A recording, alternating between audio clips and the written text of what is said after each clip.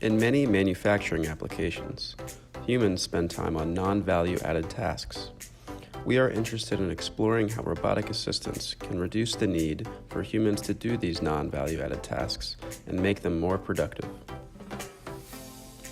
With a simple-to-use interface, users can prioritize tasks. They also get updates on expected task completion times. The robot will pick up tools and carry them in with the box behind it to enhance efficiency.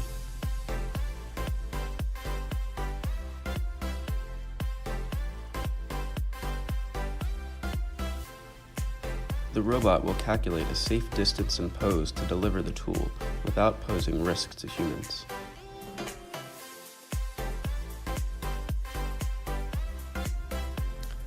When a human agent appears in front of the robot stops immediately and analyzes the human body's skeletal movement and orientation to predict their intended trajectory in the work cell. Using this information, it replans its trajectory to avoid colliding with humans. If the hand is not visible, the robot will point to the human's body center and wait until the hand is available. The use of robot assistants in factories can increase human productivity and enhance safety.